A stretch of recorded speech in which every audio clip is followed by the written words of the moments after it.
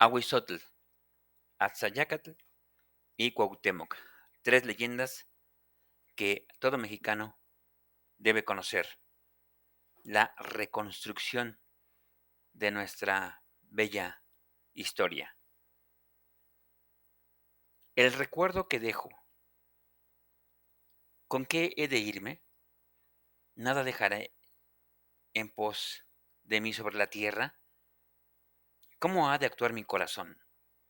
¿Acaso en vano venimos a vivir? ¿A brotar sobre la tierra? Dejemos al menos flores, dejemos al menos cantos. Poema de Nezahualcóyotl. Mientras permanezca el mundo, no acabará la gloria y la fama de México Tenochtitlán. Miguel León Portilla. Una gran cultura enterrada, Tenochtitlán. Enterrada debajo de la actual Ciudad de México, casi en el olvido, se encuentra la gran capital del Imperio Mexica, Tenochtitlán.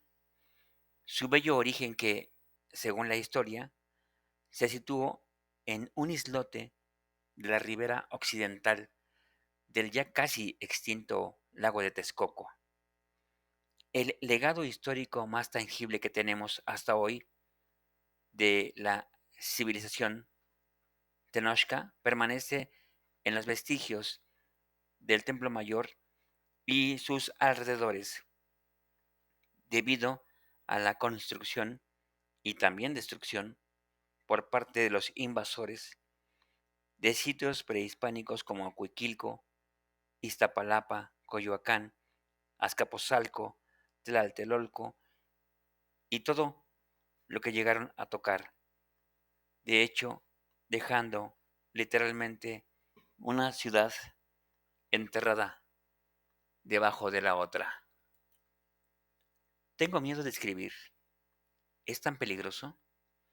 Quien lo ha intentado lo sabe. Peligro de resolver en lo oculto, y el mundo no va a la deriva. Está oculto en sus raíces sumergidas en lo profundo del mar. Para escribir tengo que colocarme en el vacío. Clarice Lispector.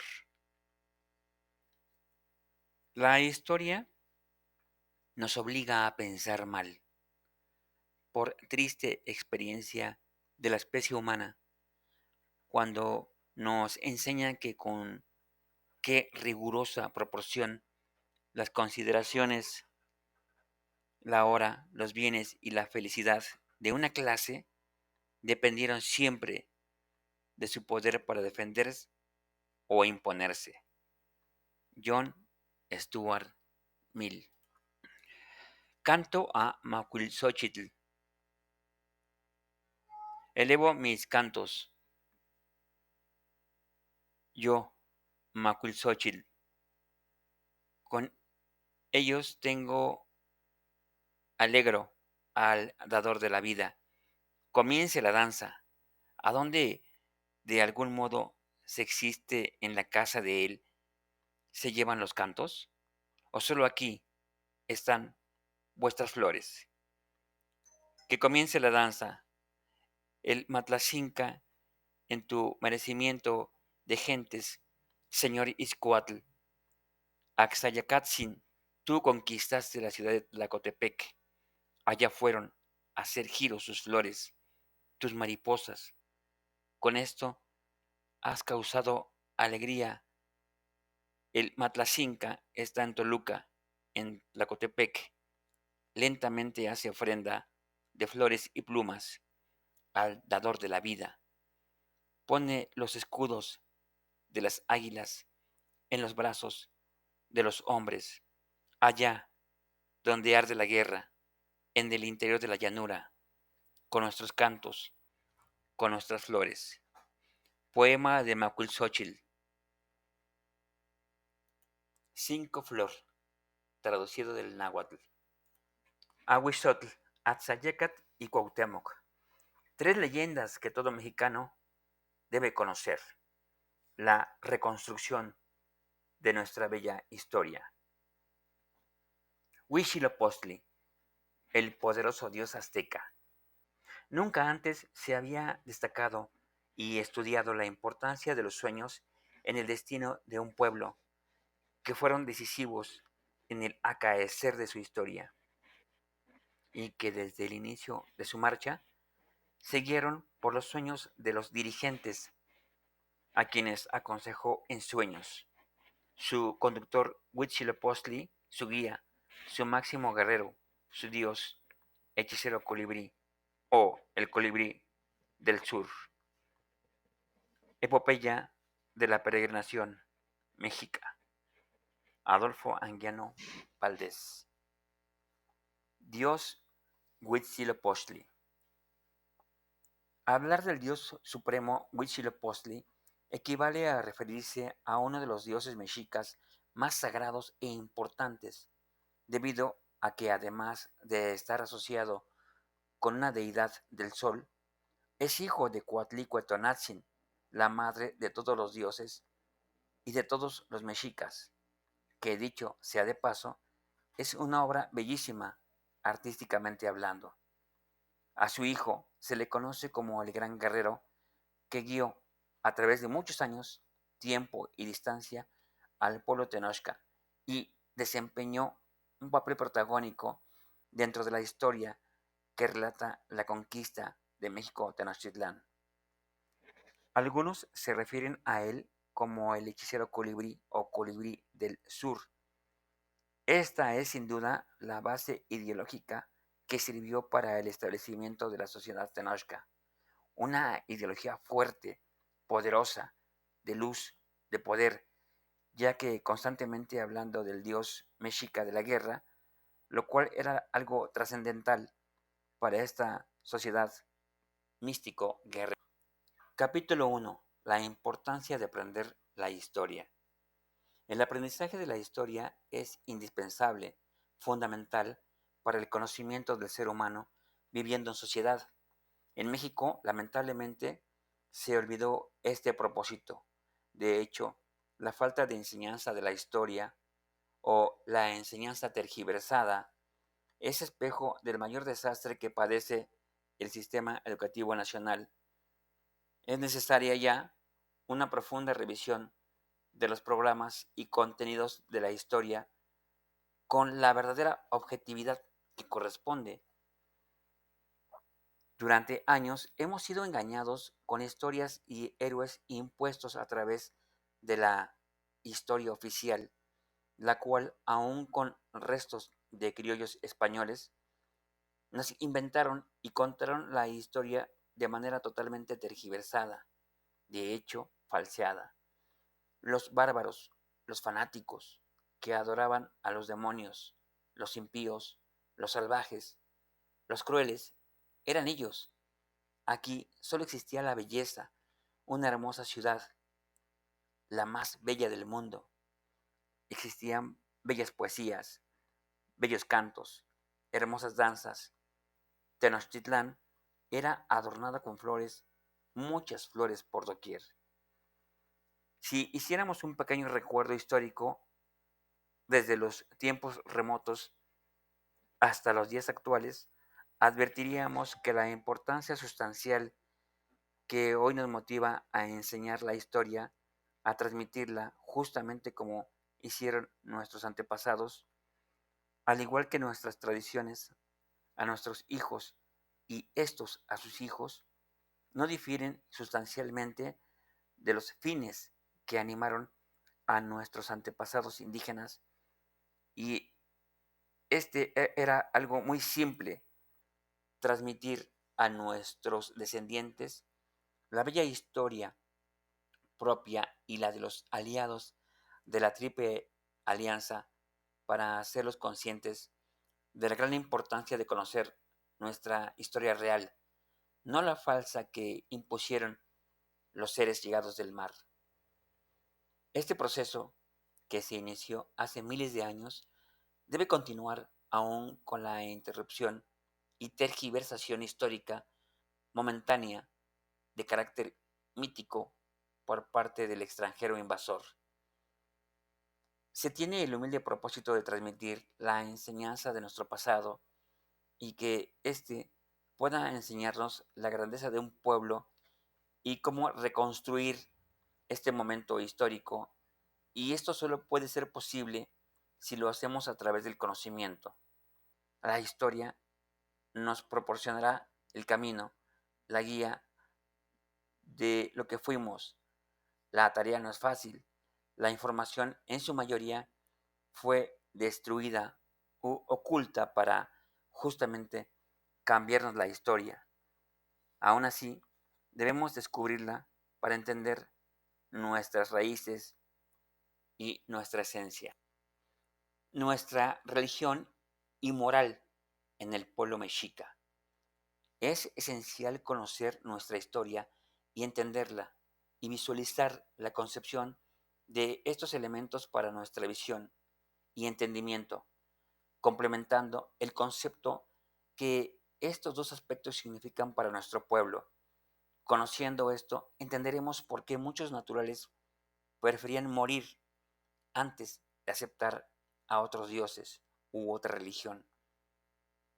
Otros más morían o se suicidaban ante la brutal destrucción de sus dioses y de sus templos de adoración. Por ello, a sus dioses los escondían, los enterraban, los guardaban del bárbaro, del ser atávico que no podía leer el profundo significado ni la iconografía que representaban las bellísimas obras de arte, las pinturas, las obras en piedra, las danzas. De ahí porque los bárbaros, con una ideología muy atrasada, relacionaban todo con obras del diablo. Morir por defender sus conceptos cósmicos no significaba nada, ya que salvaban no solo su deidad, sino también su esencia, los símbolos que les daban origen. Asimismo, bellísimas obras de arte construidas en enormes piedras fueron despedazadas por estos seres llenos de maldad y de ambición, las cuales contenían una síntesis perfecta de la tan conocida y practicada dualidad azteca, presente siempre en toda su visión cósmica. Un hecho barbárico que sería lamentado por el resto del tiempo y por toda la humanidad. El pueblo mexica trataba siempre de cumplir sus preceptos religiosos referente a sus dioses. Recordemos su profunda concepción místico-guerrera. Sus dioses eran sagrados, le daban el fundamento a su existencia. Los caballeros tigre y los caballeros águila proporcionaban todo su desarrollo al pueblo, practicando un profundo amor al pueblo y a su comunidad. Esa era su concepción de espiritualidad, vista desde la dualidad rostro-corazón, creando un ser que complementa la materia y el espíritu. El ofrecimiento de víctimas para el sacrificio fue con la idea de alimentar al dios hacedor Huitzilopochtli, dios del sol. No era una actividad asesina, sino un rito que cumplía un proceso de alimentar al dios sol para que continuara iluminando y protegiendo a la sociedad tenochca. Nosotros somos los hijos del quinto sol. Era un orgullo cumplir con este propósito. En la Guerra Florida, que estaba diseñada para capturar prisioneros, nunca se decretaba sin un consejo y sin la aprobación del Tlatoani, el Cihuacóatl y los reyes de la Triple Alianza, aunado a que se daba un periodo de gracia para que el enemigo reflexionara. En la declaración de guerra se le daba al pueblo enemigo 3 oportunidades para evitar la guerra, a menos que el pueblo no aceptara las condiciones de su misión, se procedía a llevar a cabo. Había códigos, había respeto, y cuando se destruía al enemigo, se respetaba al pueblo, a su cultura tradiciones y dioses. La Guerra Florida no era una guerra de aniquilación total. Su objetivo era solo capturar prisioneros para alimentar al gran dios Huitzilopochtli, poderoso guía del pueblo elegido. Empieza nuestra historia. En este bellísimo poema se reduce y se recrea la bellísima historia de nuestro pueblo, el más grande, el más sabio. Toda la historia se contextualiza dicha historia en esta lírica. Mientras permanezca el mundo, no acabará la gloria ni la fama de México Tenochtitlán. Aztlán. Aztlán, el mítico y mágico lugar de origen, alzaron el vuelo las garzas para tomar las rutas de las águilas. Más que una profecía y una esperanza, más que la confirmación del pueblo y de sus guías, la sabiduría de Aztlán, del tiempo y del origen en el vuelo de las garzas, se levanta el espíritu de un pueblo y se convirtió en el vuelo de las águilas. Cuando los pueblos con raíces y simiente salieron en pos de las águilas y los soles e iniciaron en 7 etapas la marcha de los pueblos, tribus, peregrinas, indagaron su destino. 7 pueblos del mismo origen, ademán y lengua, 7. El mexica, último en abandonar sus lares, asentóse en la laguna de Michoacán, con sus cabezas y guías y el protector Huitzilopochtli. Ahí permanecieron entre la abundancia de los peces. Epopeya de la peregrinación mexica. Adolfo Anguiano Valdés. La historia no contada, la gran mentira. La barbarie del oscurantismo, propia del medioevo, llegó con los bárbaros aquel trágico año de 1492. La barbarie de la conquista nace con la imposición de una nueva idea que, lamentablemente para la gran Tenochtitlán, fue una de las más oscuras y retrógradas en toda la historia de la humanidad: la religión judeocristiana romana. En base a ello, se cometieron las más grandes atrocidades propias de las mentes más bárbaras y obtusas que cualquier ser humano pueda imaginar. Roma, siglos antes, ya había puesto el ejemplo de cómo cristianizar, matando y destruyendo todo a su paso. El emperador Constantino era el gran fundador de esta institución tan corrupta como asesina, la Iglesia Católica Apostólica y Romana.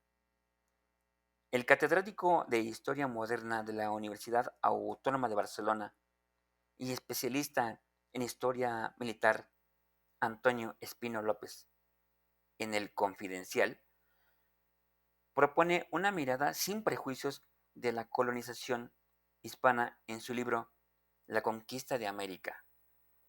Masacres, asesinatos, amputaciones de manos y pies, heridas curadas con aceite hirviendo, violaciones, semejantes crímenes, parecen sacados de una mente perturbada. Sin embargo, esto era el día a día en las batallas que tuvieron lugar durante la conquista de América, un periodo de nuestra historia que tiene que mitificarse obviando sus pasajes más oscuros. El catedrático de Historia Moderna en la Universidad Autónoma de Barcelona y especialista en Historia Militar, Antonio Espino López, según cuenta a El Confidencial, propone una mirada sin prejuicios en la colonización hispana en su libro La conquista de América. una revisión crítica. En su obra, Espino se sirve de los testimonios dejados en las numerosas crónicas de las Indias para describir con precisión las armas, tácticas, batallas y sangrientas prácticas que héroes como Hernán Cortés llevaron a cabo. Una vez más, esa imagen es fruto del desconocimiento o la falta de reflexión, es fruto de la idea tan generalizada de que los aborígenes ganaron mucho con la presencia hispana en sus tierras. Por lo tanto, si a la larga resultaron beneficiados, las molestias causadas eran asumibles y en el fondo poco importantes. Por otro lado, los conquistadores siempre se presentaron a sí mismos como héroes. Sus ejemplos eran los antiguos hacedores de imperios, Alejandro Magno, Julio César. Las intelectuales de la época jugaron un papel importante transformando sobre todo a Hernán Cortés y en menor medida a Francisco Pizarro en nuevos héroes a la altura de los mencionados. Esta imagen fascinó y convenció a lo largo de los años, sobre todo a un país en el que no hubo grandes héroes a partir del siglo XVII. Inicio de la gran civilización del pueblo de México, Tenochtitlán. Nuestra bella historia es vasta, tiene un bagaje amplísimo de historias, mitos y leyendas y héroes en nuestras raíces históricas de una concepción épica. La grandiosa peregrinación mexica es tan solo un ejemplo de esta realidad histórica que nos forma, que nos da vida y que debe siempre y en todo momento llenarnos de orgullo. Muy importante resaltar la importancia que en esos sueños estaban dispuestos los líderes de aquella travesía de la historia y gran destino del pueblo mexica, que partieron de aquel mítico lugar de origen llamado Chicomostoc, Siete Cuevas, o Aztlán, el lugar de las garzas, como siempre se le conoció. Una de las principales fuentes históricas consultadas es el Códice Ramírez, resguardado y descubierto, porque estaban ocultos, en el convento de San Francisco, en la Ciudad de México, el 16 de septiembre de 1856.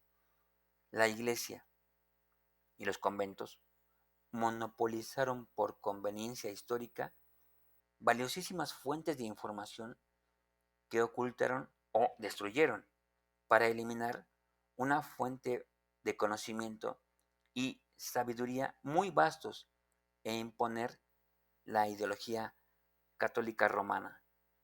Pero sin duda, este descubrimiento, que se presentó ya corregida, se muestra en la edición de 1860, en la que se describe la gran peregrinación de este gran pueblo. Se inicia la peregrinación, según el código Ramírez, en el año de Nuestro Señor de 820, para arribar a su destino 80 años después, a la Gran Laguna, donde se fundó la sede de este pueblo con el nombre de México Tenochtitlán. Digno es de mencionarse que en este islote rodeado por un lago se desarrollaría una de las civilizaciones más bellas y avanzadas de toda la humanidad. Los indios, como se les conocería de manera despectiva en la colonia y tiempo más adelante, no son la imagen ni la idea que muchos mexicanos de la modernidad compraron y a los cuales el mismo pueblo que se pensaba gachupín despreciaba, pensando que eran atrasados e incivilizados. No, esta es una de las más grandes falacias de la humanidad, Aquí se tratará de dar un juicio justo a nuestra historia y reivindicar a nuestras raíces. El gran desconocimiento histórico y la imposición de una contracultura nos permeó ideológicamente a tal grado que muchos mexicanos desprecian sus propias raíces sin saber que son la base de nuestro origen y sin conocer que nuestros ancestros formaron en muy poco tiempo una de las civilizaciones más desarrolladas en toda la historia de la humanidad. Usemos la imaginación. Cuando tenemos entre 5 y 10 años, vemos a nuestro padre como un héroe, como el modelo a seguir. Queremos ser como él, no importa el oficio o profesión que se tenga, maestro, plomero, profesionista, zapatero, ingeniero, etcétera, etcétera. Siempre será nuestro ídolo. Comemos con él, hablamos igual, actuamos de la misma forma y queremos usar su ropa, sus trajes, sus zapatos. En resumen, es nuestro héroe, nuestro gran Dios. Se sugiere que imaginemos esta historia no solo que la leamos, disfrutemos de las imágenes mentales, del olor transmitido por los paisajes, por el agua, por el olor del pasto, las flores. Imaginemos los personajes. Hagamos trabajar esa maravillosa herramienta que solo es propia del ser humano. Disfrutemos e imaginemos esta historia de este hombre maravilloso y olvidado. Ese es el objetivo de la lectura, transportarnos al mundo maravilloso de la imaginación. El autor francés Antoine de Saint-Exupéry expresa en su famosísimo libro El Principito que el ser humano, al ir creciendo poco a poco de manera lamentable, va perdiendo la imaginación. Nos dice también que eso es penoso, ya que se pierde la belleza y la felicidad que nos proporciona esta. Es como ver una película sin ver el video. Es como proyectar esta película en nuestra mente. No hay nada más bello que esto. Rescatemos esa bella costumbre de nuestra niñez de usar de manera muy notable el recurso mágico de la imaginación. Esto nos volverá a aquella época en la que soñábamos y contábamos con historias fantásticas proyectadas por la maravilla inventiva de la imaginación. Entonces, enfocándonos en esto, trataremos de contar esta historia, la cual nos remonta a un bellísimo retorno hacia nuestros antepasados. La historia se desarrolla en un lugar mágico, en una bellísima ciudad, la más bella del mundo, según varios historiadores y cronistas. En un lugar donde existían cientos de canales con agua que alimentaba varias milpas, sembradíos de verduras y cosechas de todo tipo, de árboles, de plantas, de flores y de muchas flores. Flores como símbolo de la belleza del imperio, flores por todos lados, de todo tipo, de toda clase. Todos estos canales se entrecruzaban. Cuentan incluso que los jóvenes enamorados, en un acto poético, invitaban a su amada a dar un paseo nocturno por estos canales. La canoa circulaba en lenta velocidad. La luna iluminaba el rostro de la amada, su tez morena, su fina silueta, su largo y brilloso cabello negro que recaía sobre su pecho, sus ojos, su rostro fino y delicado. Ella, recostada dentro de la canoa, miraba las caprichosas formas del canal. Se escuchaba un gran silencio. Solo se alcanzaba a percibir el remo que empujaba el agua y un ligero y constante chasquido de la canoa al cortar el agua. Los olores de todas las flores se mezclaban. Las estrellas se miraban de forma tan clara que parece que podían tocarse. Las chinampas daban el aspecto de romanticismo e inspiración. La silueta del joven remero apenas se percibía por la oscuridad, apenas se adivinaba su imagen, su atlético cuerpo, cubierto solo con su taparrabo, preparado siempre para la guerra. La oscuridad total solo era atenuada por la mágica luz de la diosa Coyolxauhqui, a lo lejos, iluminada perfectamente por la luna, la maravillosa pirámide central de la imponente ciudad sagrada de Tenochtitlán, la ciudad más bella del mundo, llena de antorchas que iluminaban toda la hermosa ciudad, gobernada por el máximo Tlatoani, el gran Atzayacatl, que significaba el rostro del agua, allá por el año de 1469 del tiempo cristiano. Atzayacatl fue el sexto Tlatoani mexica que más joven ascendió al trono. Aun cuando era muy joven, su preparación de élite en el Calmecac le había proporcionado la sabiduría y madurez, ya que solo tenía 17 años cuando salió ya ordenado de dicho lugar y el gran rey Tlatoani que daría una nueva vida al pueblo de la mano de Tlacaelel, quien era su importante asesor. Su antecesor fue Itzcoatl, quien junto con él, sumo sacerdote Tlacaelel, el heredero del símbolo sagrado de Quetzalcóatl, la serpiente emplumada, y con ello portador de la gran sabiduría y poder. Él fue el gran Cihuacóatl, sabio e ideólogo del nuevo y poderoso imperio azteca, quien junto con Moctezuma Ilhuicamina, el flechador del cielo, encargado de la formación del ejército más poderoso del mundo mesoamericano, habrían de iniciar la creación de la poderosa nación Tenochca de México, Tenochtitlán. Axayácatl reinó en el valle de Anáhuac por 12 años, y estos se caracterizaron por un permanente estado de nuevas conquistas que le dieron su fama de excelente jefe militar.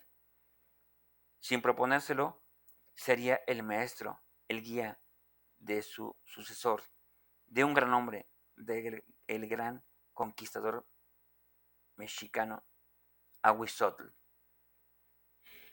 Sus campañas de conquista se expandieron notablemente. Los dominios de la Triple Alianza, Tlacopan y Texcoco, crecían y más tarde también se logró el sometimiento de Tlatelolco. Cabe mencionar, sin embargo, que sufrió la primera gran derrota mexica en un enfrentamiento entre una gran potencia militar como era la Tenochca y ante otro ejército preparado por muchos años para la llegada de este histórico momento, el Imperio Tarasco. Sin duda, esto nos deja una gran enseñanza, aún en contra el más poderoso adversario, aún contra lo impensable, la preparación y la disciplina nos pueden dar el triunfo aún contra todo pronóstico posible. La educación tenochca. El Calmecac era una institución de educación de élite para los hijos de la nobleza azteca.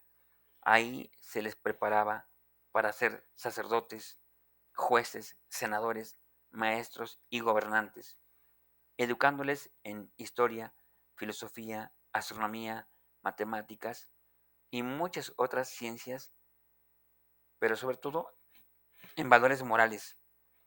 y en el desarrollo de la espiritualidad. Esta vista desde la óptica de ser los mejores seres humanos en todos los aspectos. Nunca la religión estaría en contra del conocimiento y la preparación. Por el contrario, la educación y preparación eran parte importante para comprender su conocimiento del ser humano y del universo, así como sus dioses, y con esto el desarrollo de una gran espiritualidad en donde el objetivo era ser el mejor ser humano posible para bien de la comunidad. A la temprana edad de los 7 a 15 años se les asignaba su ingreso a la gran institución de excelencia llamada el Calmecac, que significa Casa del Morador. La institución educaba y les preparaba para moldear su cuerpo para soportar el dolor físico. Esto es, hacerlos mucho más resistentes al dolor y con ello podrían soportar mejor las grandes batallas. Recordemos que nuestros antepasados adquirían un conocimiento espiritual y guerrero en su mayoría. Ya más adelante se les preparaba en el conocimiento de complicados cálculos matemáticos, en astronomía, en las artes, en la pintura y en la arquitectura. Bastante sobresaliente, por cierto, en esta materia. Solo basta mirar las obras en piedra creada por ellos. También se les preparaba para ser los futuros sacerdotes, cargo importantísimo, más quizá que el propio Huaytlatoani. En el año de 1325, luego de una gran lucha y una loable victoria de los aztecas sobre los tepanecas, poderoso imperio de Azcapotzalco, asume al poder el rey Itzcoatl y su consejero sabio, el ilustre Cihuacóatl Tlacaelel. Ellos determinan establecer un nuevo orden político, religioso y social que incluye como primer acto la fundación de muchas escuelas y una gran educación. Su religión jamás estuvo separada del conocimiento, contrario en su totalidad a la costumbre española de crear iglesias por todos lados e ir en contra de la cultura y el desarrollo del ser. El nuevo imperio se preocupaba mucho por la educación del pueblo y sobre todo de la clase social que en el futuro serían los dirigentes del pueblo azteca. Así, toda la élite social se formaba con miras de grandeza en dichas escuelas, tanto los sacerdotes, guerreros, gobernantes y también varios maestros. Todos eran formados en los Calmecac, así como los guerreros artesanos de los Telporcali, asentados en cada barrio, que eran los encargados de la creación y del arte. La fortaleza del espíritu, la templanza y la fortaleza física que adquirían los jóvenes mientras permanecían en las escuelas se debía a los duros regímenes a los cuales eran sometidos. Todos vestían taparrabos de algodón y mantas ásperas de henequén.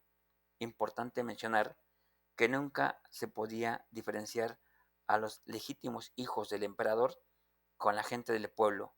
A todos se les trataba igual. Comían 2 veces al día, una tortilla o dos, que les proporcionaban los sacerdotes. Eran obligados a levantarse de madrugada para bañarse con agua fría, ya que esto fortalece el cuerpo, y a barrer los templos, a hacer las escuelas.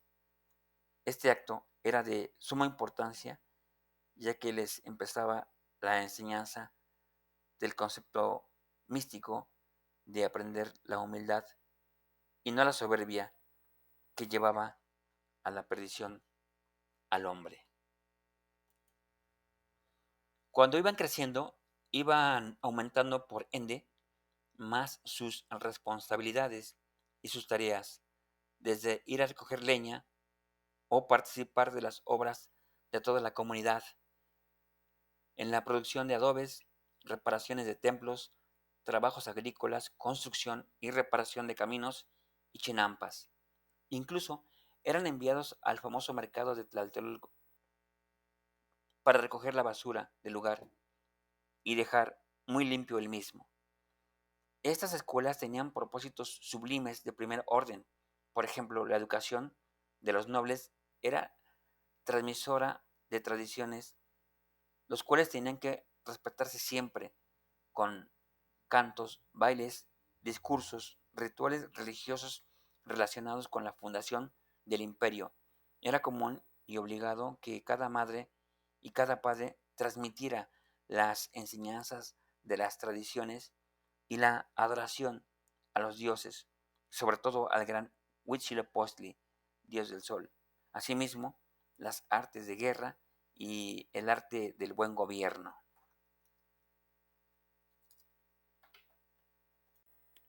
Fragmento del libro Ahuizotl, Atzayacat y Cuauhtémoc, tres leyendas que todo mexicano debe conocer. La reconstrucción de nuestra bella historia. Noviembre del 2024.